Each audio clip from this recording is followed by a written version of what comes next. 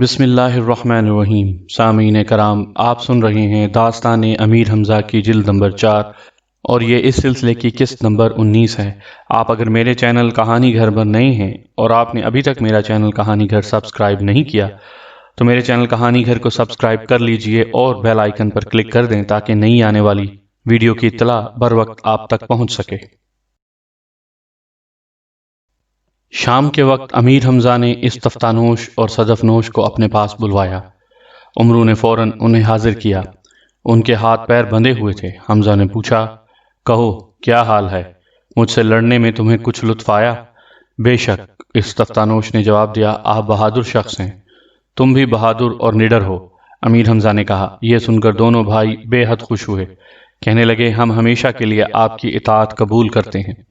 امیر حمزہ نے انہیں گلے لگایا اور ان کو آزاد کر کے سونے کی کرسیوں پر اپنے پاس بٹھایا۔ حمزہ نے استفتانوش سے پوچھا، اب حدیث کیا کرے گا؟ وہ کچھ نہیں کر سکتا، اسے ہماری طاقت پر بھروسہ تھا، مجھے یقین ہے کہ ان قریب آپ کے قدموں میں آن گرے گا۔ استفتانوش نے جواب دیا۔ ادھر تو یہ گفتگو ہو رہی تھی اور ادھر حدیث اپنی نئی سرگرمیوں میں لگا ہوا تھا۔ ایک مکار اور عیار وزیر نے حدیث کو مشورہ دیا کہ رات کی تاریکی میں میدان جنگ میں 7 کنویں کھدوائے جائیں اور ان کے اوپر پتلا بانس اور کیچڑ پھیلا کر مٹی چھڑک دی جائے۔ حمزہ میدان میں آئے تو اسے ان کنویں کی طرف لے آؤ، وہ کسی نہ کسی کنویں میں گر پڑے گا۔ جو ہی حمزہ کنویں میں گرے، اپنے لشکر کو حکم دو کہ مٹی سے اس کنویں کو پاٹ دے، اس طرح حمزہ کا قصہ پاک ہو جائے گا۔ حدیث نے ایسا ہی کیا۔ راتوں رات بہت سے مزدور لگا کر 7 گہرے کنویں کھدوا دیے اور ان کے منہ بانس، کیچڑ اور مٹی سے ڈھانپ دیے۔ پھر قلعے سے اپنے بچے کچے لشکر کو لے کر باہر آیا اور زور زور سے پکارنے لگا، اے حمزہ، اگر تو بہادر ہے اور لڑنا چاہتا ہے تو میدان میں نکل اور مجھ سے مقابلہ کر۔ امیر حمزہ نے حدیث کو دیکھا اور اس کی یہ للکار سنی تو استفتانوش سے کہنے لگا، بھائی تم تو کہتے تھے کہ حدیث میرے قدموں میں آن گرے گا، وہ تو مجھے لڑائی کے لیے للکار رہا ہے۔ استفتانوش نے اسی وقت تلوار سونت لی اور ارادہ کیا کہ حدیث کا سر تن سے جدا کرے کہ امیر حمزہ نے اسے روکا اور کہا، ٹھہرو، حدیث نے مجھے مقابلے میں آنے کی دعوت دی ہے اور اگر میں نہ گیا تو لوگ کہیں گے کہ حمزہ ڈر گیا۔ یہ کہہ کر وہ گھوڑے پر سوار ہوئے اور میدان جنگ میں آئے۔ حدیث نے اپنے گھوڑوں کو کنووں کی طرف بھگا دیا۔ امیر حمزہ نے اس کا پیچھا کیا۔ اچانک انہیں ایک کنواں دکھائی دیا۔ انہوں نے گھوڑے کو چابک مارا، گھوڑے نے جست کی اور کنواں پار کر گیا۔ اس کے بعد دوسرا کنواں آیا، وہ بھی پار کیا۔ غرض اسی طرح سیاہ کتاس نے 6 کنویں پار کیے، مگر 7ویں کنویں سے اس کے پچھلے پیر ٹکرا گئے۔ گھوڑا لڑکھڑا کر گرا اور اس کے گرتے ہی امیر حمزہ کنویں میں جا پڑے۔ حدیث کے سپاہیوں نے کنویں کے کنارے خنجر، تلواریں اور کٹار گاڑ دیے اور اس کے اندر مٹی ڈالنے لگے۔ امیر حمزہ نے کنویں میں گرتے ہی ڈھال نکال کر سر پر رکھ لی اور اوپر سے آنے والی مٹی اس ڈھال پر روکتے رہے۔ حدیث بھاگ کر قلعے میں گیا اور وہاں سے تیر چھوڑنے لگا۔ اس نے قلعے کے گرد کھدی ہوئی خندق میں پانی بھروا دیا تاکہ کوئی شخص قلعے میں داخل نہ ہونے پائے۔ اتفاق ایسا ہوا کہ یہ 7واں کنواں قلعے کے بالکل نزدیک تھا۔ امیر حمزہ نے اندر ہی اندر اپنے خنجر سے سرنگ کھودنی شروع کی۔ تھوڑی سی محنت کے بعد یہ سرنگ خاصی بڑی ہو گئی اور امیر حمزہ اس کے ذریعے قلعے کے اندر چلے گئے۔ اتنے میں عمرو عیار بھی لڑتا بھڑتا آیا اور اسی کنویں میں کودا اور سرنگ میں داخل ہو کر حدیث کے محل میں آ گیا۔ امیر حمزہ نے عمرو کو دیکھا تو حیران ہوئے، کہنے لگے، تو یہاں کیوں کر آیا؟ آپ کی محبت کھینچ لائی۔ عمرو نے جواب دیا، آپ یہیں ٹھہریے، میں حدیث کو گھیر کر لاتا ہوں۔ یہ کہہ کر اس نے جادو کے زور سے اپنی شکل صدفنوش کی سی بنائی، حدیث کے پاس پہنچا اور نعرہ مار کر کہا، اے چچا، خوش ہو جا کہ میں نے بے وقوف استفتانوش اور حمزہ دونوں کو ہلاک کر دیا ہے۔ یہ سن کر حدیث خوشی کے مارے ناچنے لگا اور عمرو کو گلے سے لگا لیا۔ بس پھر کیا تھا، عمرو نے اسے اس زور سے بھینچا کہ ہڈیاں پسلیاں کڑکڑا اٹھیں اور حدیث کے حلق سے چیخیں نکل گئیں۔ آخر امیر حمزہ نے آ کر اس کو چھڑایا، مشقیں کسیں اور قلعے سے باہر لائے۔ استفتانوش اور صدفنوش وہاں موجود تھے۔ حدیث کبھی آنکھیں پھاڑ پھاڑ کر عمرو کو دیکھتا، کبھی صدفنوش کو۔ اس کی سمجھ میں نہ آتا تھا کہ ان میں سے اصلی صدفنوش کون سا ہے۔ تب عمرو اپنی اصل شکل میں واپس آیا۔ حدیث اسے برا بھلا کہنے لگا۔ استفتانوش نے اسی وقت تلوار نکال کر اس کا سر قلم کر دیا۔ حدیث کے غرور کا قلعہ تہس نہس کرنے کے بعد امیر حمزہ نے ملک روم کی جانب اپنے گھوڑے کی باگ موڑی۔ روم کی سلطنت دور دور تک پھیلی ہوئی تھی اور دنیا کی بڑی بڑی حکومتیں رومیوں کی ہیبت سے کانپتی تھیں۔ ایرانیوں سے رومیوں کی اکثر جنگ ہوا کرتی، کبھی ایرانی جیت جاتے اور کبھی رومی۔ جن دنوں امیر حمزہ نے روم پر چڑھائی کی، ان دنوں رومی سلطنت نوشیروان شہنشاہ ایران کو خراج ادا کرتی تھی، مگر جوں ہی روم کے بادشاہ تک، جو کیسر کہلاتا تھا، یہ خبریں پہنچیں کہ بہت سی حکومتوں نے نوشیروان کو خراج ادا کرنا بند کر دیا ہے، اس نے بھی ہاتھ روک لیا اور نوشیروان کو کہلا بھیجا کہ اگر اپنی خیر چاہتا ہے تو روم کا رخ ہرگز نہ کیجیو، ورنہ مارا جائے گا۔ کیسر نے 3 سال سے نہ صرف خراج ادا نہیں کیا تھا، بلکہ اندر ہی اندر وہ نوشیروان سے جنگ کرنے کی تیاریاں بھی کر رہا تھا۔ اب اس نے امیر حمزہ کے آنے کی خبر سنی تو حیران بھی ہوا اور خوفزدہ بھی۔ جاسوسوں نے اسے بتایا تھا کہ امیر حمزہ عرب کا ایک نامور پہلوان ہے، جس کی قوت اور شجاعت کے سامنے آج تک کوئی پہلوان ٹھہر نہیں سکا۔ ہندوستان کے بادشاہ لندھور، چین کے بادشاہ شاہ بہرام اور یونان کے استفتانوش اور صدفنوش جیسے پہلوانوں اور بہادروں کو وہ شکست دے چکا۔ بہتر یہ ہے کہ اس سے لڑنے کے بجائے صلح و صفائی سے کام کر لیا جائے۔ کیسر روم کو اپنی طاقت پر بڑا غرور تھا۔ وہ صلح کی یہ تجویز سن کر سخت ناراض ہوا اور چلا کر بولا، اگر آئندہ کسی شخص نے اپنی ناپاک زبان سے ایسی بات نکالی تو اسے زمین میں گاڑ کر تیروں سے چھلنی کروا دوں گا۔ یہ کہہ کر اس نے اپنی فوج کے سپہ سالار اسقلان پہلوان کو بلایا اور حکم دیا کہ دشمن سے جنگ کی جائے۔ اسقلان نے فوج کو ترتیب دیا اور میدان جنگ میں لے آیا۔ اس دوران میں امیر حمزہ نے کیسر روم کے نام ایک خط لکھا کہ اگر خراج ادا نہ کیا تو تیرا ایسا برا حشر کروں گا کہ جو دیکھے وہ کان پکڑے۔ امیر حمزہ نے عمرو عیار سے کہا، تم یہ خط لے کر کیسر روم کے دربار میں جاؤ اور جواب لے کر آؤ۔ عمرو شہر میں داخل ہوا تو لوگوں نے ہاتھوں ہاتھ اسے کیسر کے محل میں پہنچا دیا۔ عمرو عیار بڑی شان سے دربار میں پہنچا۔ رسم کے مطابق اس نے کیسر کو جھک کر 7 سلام بھی نہ کیے، بلکہ تخت کے پاس جا کر امیر حمزہ کا خط اس کی جانب بڑھا دیا۔ عمرو کی اس گستاخی پر کیسر روم اور اس کے درباریوں کا خون کھول گیا۔ 1-2 سرداروں نے تو تلواریں بھی نکال لیں تاکہ عمرو کا سر قلم کریں، مگر کیسر نے ہاتھ کے اشارے سے انہیں روکا اور امیر حمزہ کا خط اپنے وزیر اعظم کو دیا کہ بلند آواز سے پڑھ کر سنائے۔ وزیر اعظم نے ابھی چند جملے ہی پڑھے تھے کہ کیسر نے جھلا کر وہ خط اس کے ہاتھ سے چھینا اور پرزے پرزے کر دیا۔ پھر عمرو سے کہا، یہاں سے دفان ہو جاؤ اور اپنے آقا سے کہو کہ میں جلد ہی اسے اس بدتمیزی کا مزہ چکھاؤں گا۔ یہ سن کر عمرو کی آنکھوں میں خون اتر آیا۔ خنجر نکال کر کیسر کی طرف بڑھا اور کہنے لگا، تو نے میرے آقا کا خط پھاڑا ہے، اس کی سزا یہ ہے کہ میں تیرا پیٹ پھاڑوں۔ اس نے چیتے کی طرح تڑپ کر کیسر پر وار کیا اور قریب تھا کہ کیسر جہنم رسید ہو کہ وزیر اعظم نے لات مار کر بادشاہ کو تخت سے نیچے گرا دیا اور یوں اس کی جان بچ گئی۔ یہ حادثہ اتنا اچانک ہوا کہ درباریوں، فوجی سپاہیوں اور محافظوں پر سکتے کا عالم طاری ہو گیا۔ پھر یک لخت کسی نے چیخ کر کہا، پکڑ لو اس بدماش کو اور اس کی تکہ بوٹی کر ڈالو۔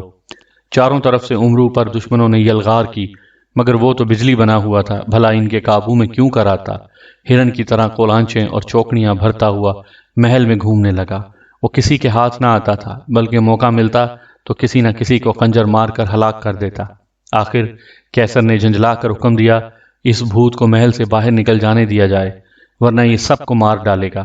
تب عمرو ایک جگہ رکا اور کہکا لگا کر بولا، اے بادشاہ، اسی سے تجھے اندازہ ہو گیا ہوگا کہ امیر حمزہ کا ایک ادنا غلام تیرے آدمیوں کی یہ درگت بنا سکتا ہے، تو اس کا آقا کیسا ہوگا؟ اب بھی کچھ نہیں بگڑا، اپنا سر امیر حمزہ کے قدموں پر رکھ دے، وہ تجھے معاف کر دیں گے۔ یہ سن کر کیسر روم سوچ میں پڑ گیا۔ اب اسے امیر حمزہ اور عمرو عیار خوفناک دیووں کی مانند دکھائی دے رہے تھے۔ اچانک اسقلان سپہ سالار نے آن کر عرض کی کہ فوجیں میدان جنگ میں جا رہی ہیں اور اب بادشاہ کے نئے حکم کا انتظار ہے۔ کیسر روم نے عمرو کی طرف اشارہ کر کے کہا، اسقلان، اس شخص نے ہمیں بہت دیر سے پریشان کر رکھا ہے۔ یہ امیر حمزہ کا ایلچی ہے اور ہمارے کئی افسروں کو ہلاک کر چکا ہے، کسی طرح اسے گرفتار کرو۔ اسقلان نے تعجب کی نظر سے عمرو کو دیکھا، پھر اس کے جسم پر لرزہ سا طاری ہو گیا۔ ہکلا کر عمرو سے پوچھا کہ کیا تمہارا ہی نام عمرو عیار ہے؟ خوب پہچانا، عمرو نے ہنس کر کہا۔ بولو، کیا ارادہ ہے؟ مجھے پکڑنا چاہتے ہو؟ اسکلان کی گھگی بند گئی تھی۔ گھبرا کر کیسر سے کہنے لگا، حضور اسے پکڑنا کسی انسان کے بس کی بات نہیں، میں نے اس کے کارنامے سنے ہیں، یہ شخص آفت کا پرکالا ہے اور امیر حمزہ کے جاں نثار دوستوں میں سے ایک ہے۔ پھر اس نے عمرو سے کہا، بہتر یہی ہے کہ تم اپنے لشکر میں چلے جاؤ، ورنہ میں امیر حمزہ سے کہوں گا کہ کسی شریف آدمی کو بادشاہ کے پاس ایلچی بنا کر بھیجا کریں، مجھ سے زیادہ شریف امیر حمزہ کے لشکر میں کوئی اور نہیں ہے۔ عمرو نے پھر کہا لگایا اور وہاں سے رفو چکر ہو گیا۔ اس کے جانے کے بعد سب کی جان میں جان آئی۔ عمرو نے اپنے لشکر میں جا کر سارا قصہ مزے لے لے کر سنایا۔ امیر حمزہ، لندھور، مقبل وفادار، عادی، سلطان بخت مغربی، استفتانوش اور صدف نوش سب بے حد ہنسے اور عمرو کی پیٹھ ٹھونکی۔ کیسر روم واقعی بہت بڑی فوج کا مالک تھا۔ ساری رات اس کی فوجیں میدان جنگ میں پہنچ کر صفیں باندھتی رہیں، اور جب آخری سپاہی بھی اپنی جگہ جم کر کھڑا ہو گیا تب کیسر روم قلعے سے باہر آیا اور لڑائی کا نکارہ خوب زور شور سے بجوایا۔ امیر حمزہ کو جاسوسوں نے خبر پہنچائی کہ کیسر کے سپاہیوں کی تعداد 10 لاکھ کے لگ بھگ ہے۔ انہوں نے حکم دیا کہ اب ہماری جانب سے بھی طبل جنگ بجوایا جائے۔ انہوں نے لشکر کے سرداروں کو ہدایت کی کہ اپنی اپنی فوج کے ساتھ میدان میں مورچے سنبھال لیں، ہم بھی ہتھیار باندھ کر آتے ہیں۔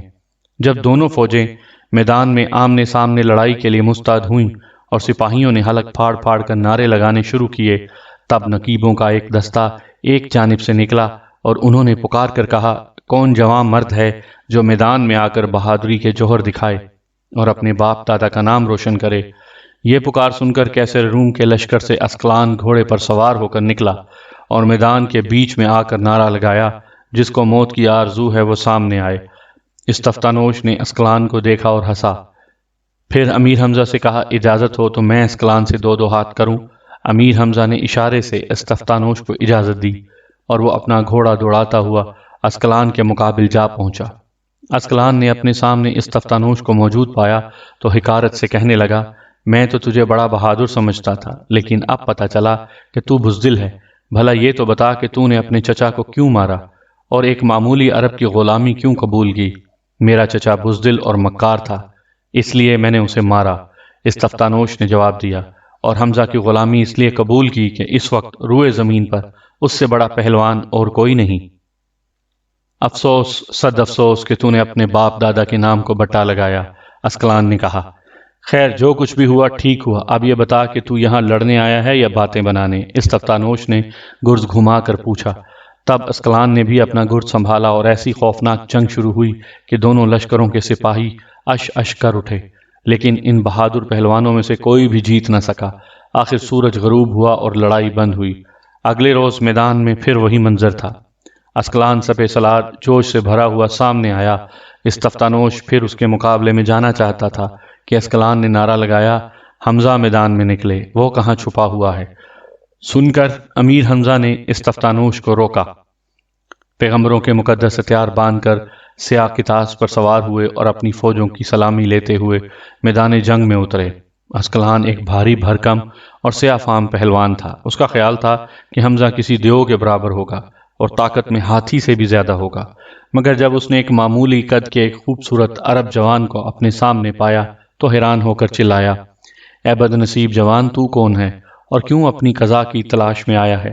واپس چلا جا اور حمزہ کو میدان میں بھیج کہ میں اسی سے دو ہاتھ کرنے کا خواہش مند ہوں، میں ہی حمزہ ہوں۔ امیر حمزہ نے مسکرا کر جواب دیا۔ اسکلان کی آنکھیں حیرت سے باہر آ گئیں۔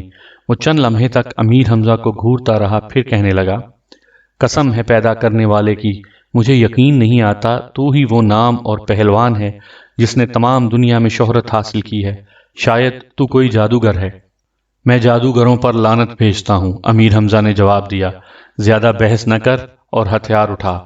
یکا یک عمرو عیار دوڑتا ہوا امیر حمزہ کے پاس آیا اور عربی زبان میں بولا، یا امیر، کیسر روم کے ساتھ 10 لاکھ سوار ہیں، خدا جانے ان میں کتنے پہلوان ہیں، اگر آپ 2 اور 3 ہاتھوں سے لڑیں تب بھی یہ لوگ قابو نہ آئیں گے۔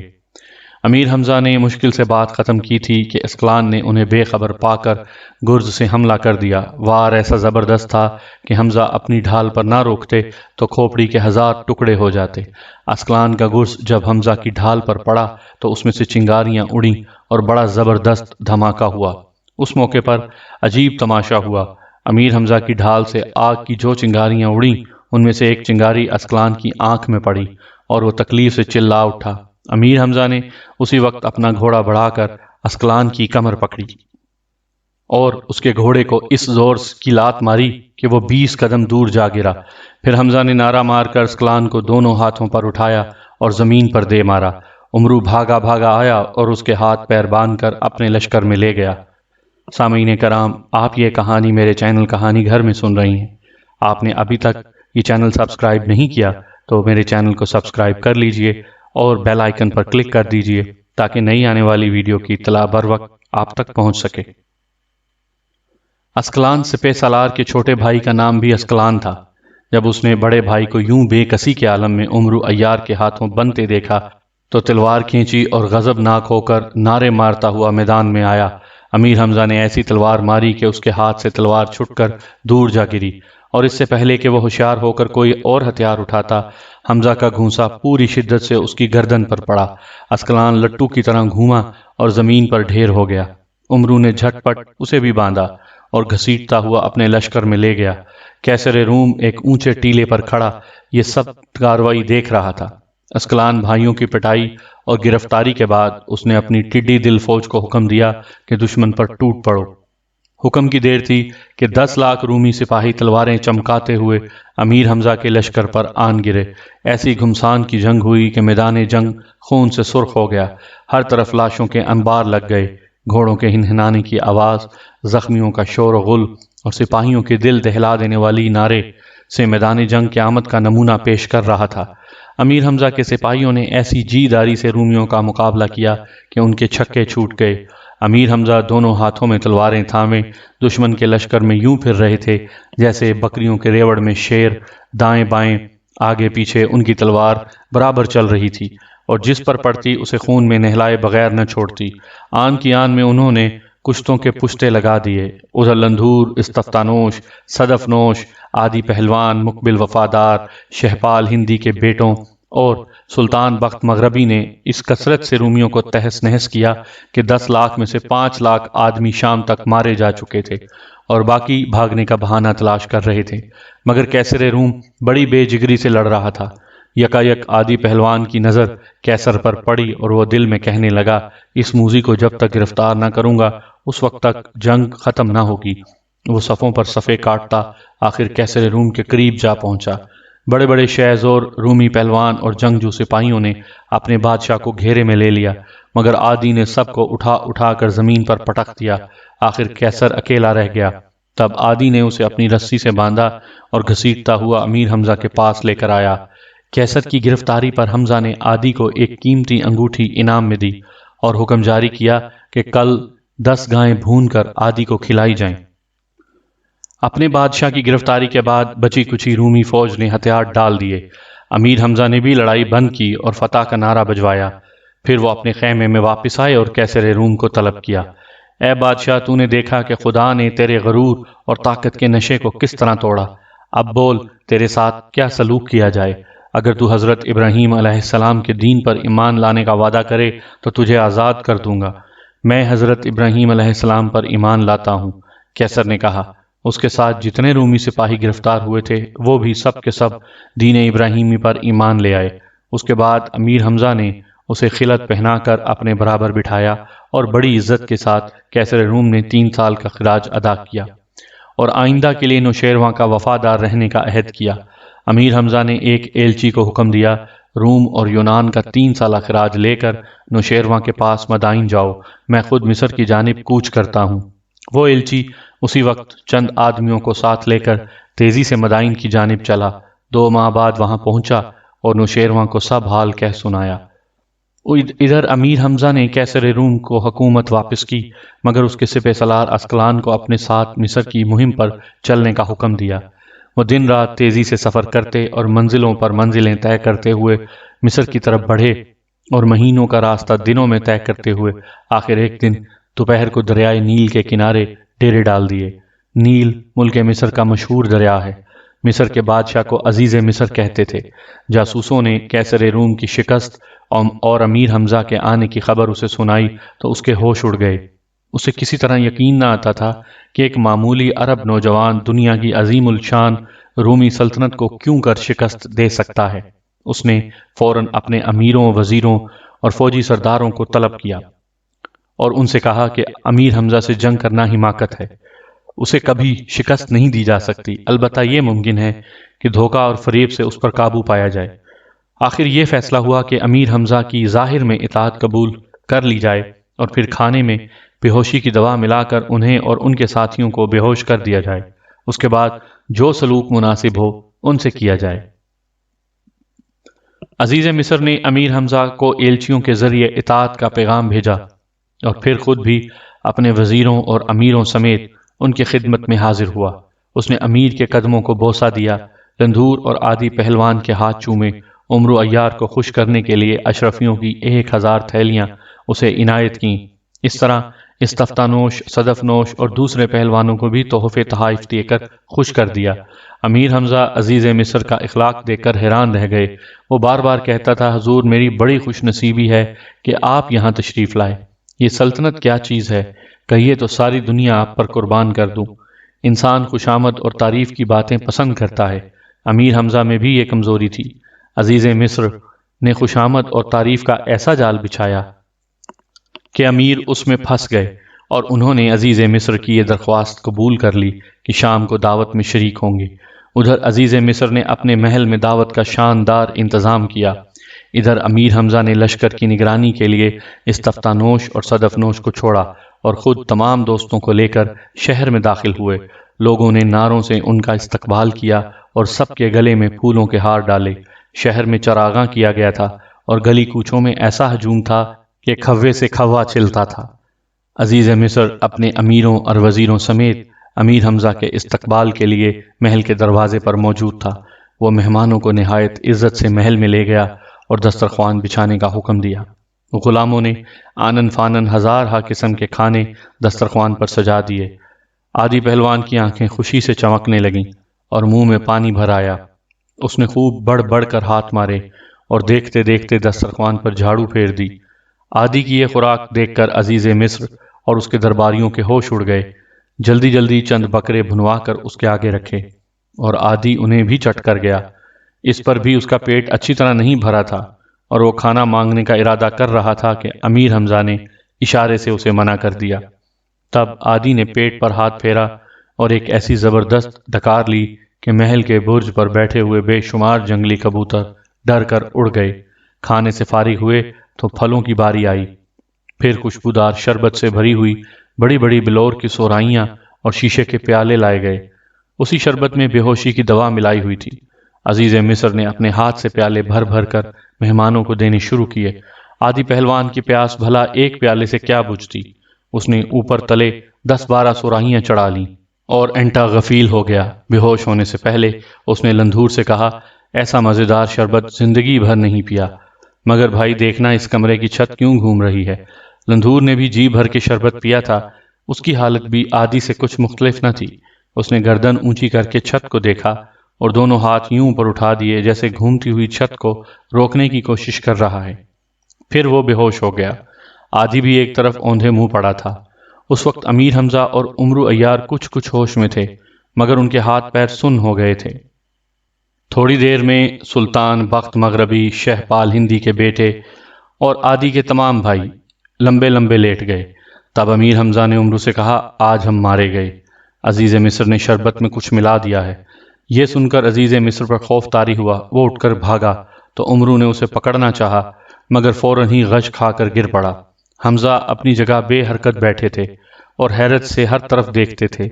عزیز مصر کے طبیبوں اور حکیموں نے کہا، عجیب بات ہے کہ حمزہ بے ہوش نہیں ہوا، اس کے جسم کو ہلایا جلایا جائے تب بے ہوش ہوگا۔ چند غلام آگے بڑھے، امیر حمزہ نے اپنا خنجر نکال کرنا چاہا کہ ان کو ماریں، ایک دم فرش پر ڈھیر ہو گئے۔ اسی وقت غلاموں اور سپاہیوں نے ان کی اور ان کے تمام ساتھیوں کی مشقیں کس لیں اور راتوں رات ایک جہاز میں سوار کرا کے حلب شہر کے قید خانے میں پہنچا دیا۔ اس کام سے فارغ ہو کر عزیز مصر نے نوشیرواں کے نام ایک خط لکھا جس کا مضمون یہ تھا، میں نے امیر حمزہ اور اس کے تمام ساتھیوں کو گرفتار کر کے حلب کے قید خانے میں بند کر دیا ہے، اب فرمائیے آئندہ کے لیے کیا حکم ہے۔ میں نے ان سب کو شربت میں دوائے بے ہوشی ملا کر دی تھی اور وہ 3 دن تک بے ہوش پڑے رہیں گے۔ آپ کا تابعدار عزیز مصر۔ ایک تیز رفتار قاصد یہ خط لے کر مدائن پہنچا اور آدھی رات کے وقت نوشیروان کے محل میں داخل ہوا۔ بادشاہ اس وقت سو رہا تھا۔ کنیزوں نے اس کو بیدار کیا اور عزیز مصر کا خط دیا۔ نوشیروان نے خط پڑھا اور حکم دیا کہ بختک وزیر اور بزرج مہر وزیر اعظم کو حاضر کیا جائے۔ تھوڑی دیر کے اندر اندر وہ دونوں نوشیروان کے پاس پہنچ گئے۔ بادشاہ نے ان کو یہ خط دکھایا اور مشورہ طلب کیا۔ بختک دل میں بے حد خوش تھا، کہنے لگا، حضور آپ عزیز مصر کو حکم دیجئے کہ حمزہ اور اس کے ساتھیوں کے سر کاٹ کر مدائن روانہ کر دے۔ آپ کی کیا رائے ہے؟ بادشاہ نے بزرج مہر سے پوچھا۔ بزرج مہر کے ہونٹوں پر ایک پراسرار مسکراہٹ نمودار ہوئی۔ اس نے ہاتھ باندھ کر عرض کیا، جہاں پناہ کا اقبال بلند ہو، میں نے حمزہ کے بارے میں نجوم سے حساب لگایا ہے، اس کی عمر 195 برس ہے، اس لیے کوئی شخص اس کو مار نہیں سکتا۔ ممکن ہے آپ کا خط پہنچنے سے پہلے ہی وہ آزاد ہو جائے۔ اگر یہ خط اس نے دیکھ لیا تو وہ آپ کا دشمن ہو جائے گا۔ بزرج مہر کی یہ باتیں سن کر بادشاہ دل میں بے حد ڈرا۔ آخر اس نے بختک اور بزرج مہر دونوں کو رخصت کیا اور بعد میں ایک قاصد کے ذریعے عزیز مصر کو یہ پیغام بھجوایا کہ حمزہ اور اس کے دوستوں کو حفاظت سے اپنے پاس رکھو، خبردار انہیں ذرا بھی رنج یا تکلیف نہ پہنچنے پائے۔ میں چند روز تک خود مصر میں آتا ہوں اور حمزہ کو اپنی موجودگی میں جو سزا دینا چاہوں گا دوں گا۔ عزیز مصر کو یہ خط ملا تو اس نے حلب کے حاکم کو حکم دیا کہ امیر حمزہ اور اس کے ساتھیوں کو آرام سے رکھا جائے، انہیں کسی قسم کی تکلیف نہ پہنچے۔ مقبل وفادار انہی دنوں مدائن سے واپس مصر کی جانب آ رہا تھا۔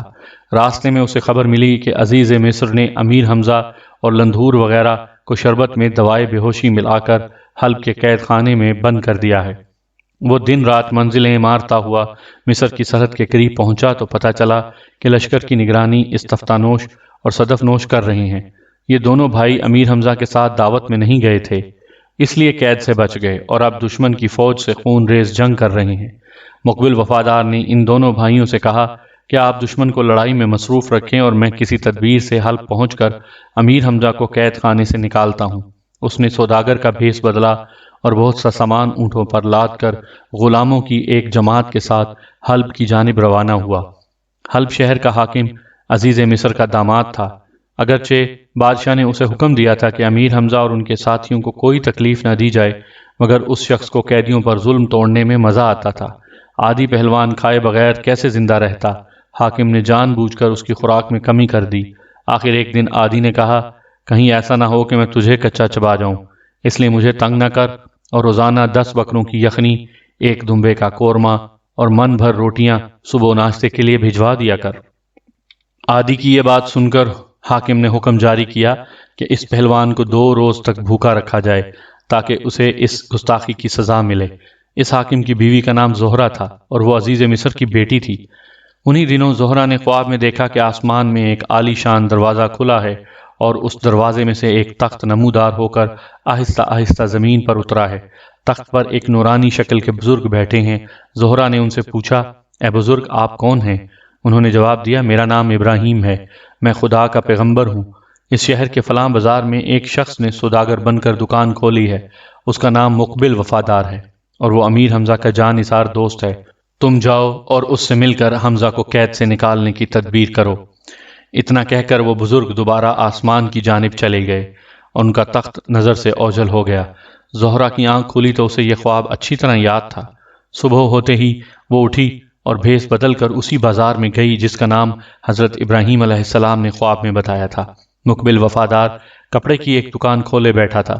زہرہ نے اسے پہچان لیا اور چپکے سے کہنے لگی، کیوں صاحب، آپ ہی کا نام مقبل ہے اور کیا آپ امیر حمزہ کے جان نثار دوست ہیں؟ یہ سننا تھا کہ بیچارے مقبل کے پیروں تلے زمین نکل گئی، چہرے پر ہوائیاں اڑنے لگیں اور اتنا بدحواس ہوا کہ جواب میں ایک لفظ بھی اس کے منہ سے نہ نکل سکا۔ حیران تھا کہ اس عورت کو کیوں کر پتہ چل گیا کہ میں کپڑے کا سوداگر نہیں، امیر حمزہ کا دوست مقبل ہوں۔ اسے چپ دیکھ کر زہرہ نے کہا، آپ بولتے کیوں نہیں؟ میں زہرہ بیگم ہوں، حلب کے حاکم کی بیوی اور عزیز مصر کی بیٹی۔ اب تو مقبل وفادار کے رہے سہے اوسان بھی خطا ہوتے جا رہے تھے۔ سمجھ گیا کہ زہرہ بیگم کی شکل میں قضا آئی ہے۔ خیر اب راز تو فاش ہو ہی چکا تھا، ہمت سے کام لینا چاہیے۔ یہ سوچ کر مقبل نے کہا، آپ درست فرماتی ہیں، میرا نام مقبل ہے۔ تب زہرہ نے اسے زیادہ پریشان کرنا مناسب نہ سمجھا اور اپنا خواب کہہ سنایا۔ مقبل یہ سن کر بے حد خوش ہوا۔ زہرا کہنے لگی، آپ بالکل فکر نہ کیجیے، آدھی رات کے وقت اپنے غلاموں کو ساتھ لے کر قید خانے کی عمارت کے نزدیک پہنچ جائیے، میں خود وہاں آؤں گی اور ان کے ساتھیوں کو رہا کروا دوں گی۔ غرض آدھی رات ہوئی تو مقبل نے اپنے غلاموں کو سیاہ کپڑے پہنائے اور تلواریں لے کر قید خانے کی طرف چلے۔ وہاں چاروں طرف فوجی پہرا لگا ہوا تھا اور کسی کی مجال نہ تھی کہ اندر قدم رکھتا۔ اتنے میں زہرا ایک خوبصورت رتھ پر بیٹھ کر آئی، اس کے ساتھ کئی غلام سوار تھے اور ان کے پاس اشرفیوں کی بہت سی تھیلیاں تھیں۔ سامعین کرام، آپ سن رہے تھے داستان امیر حمزہ کی جلد نمبر 4 اور یہ اس سلسلے کی قسط نمبر 19 تھی۔ اور آپ میرے چینل کہانی گھر پر اگر نئے ہیں اور آپ نے میرا چینل سبسکرائب نہیں کیا تو میرے چینل کو سبسکرائب کر لیجئے تاکہ نئی آنے والی ویڈیو کی اطلاع بر وقت آپ تک پہنچ سکے۔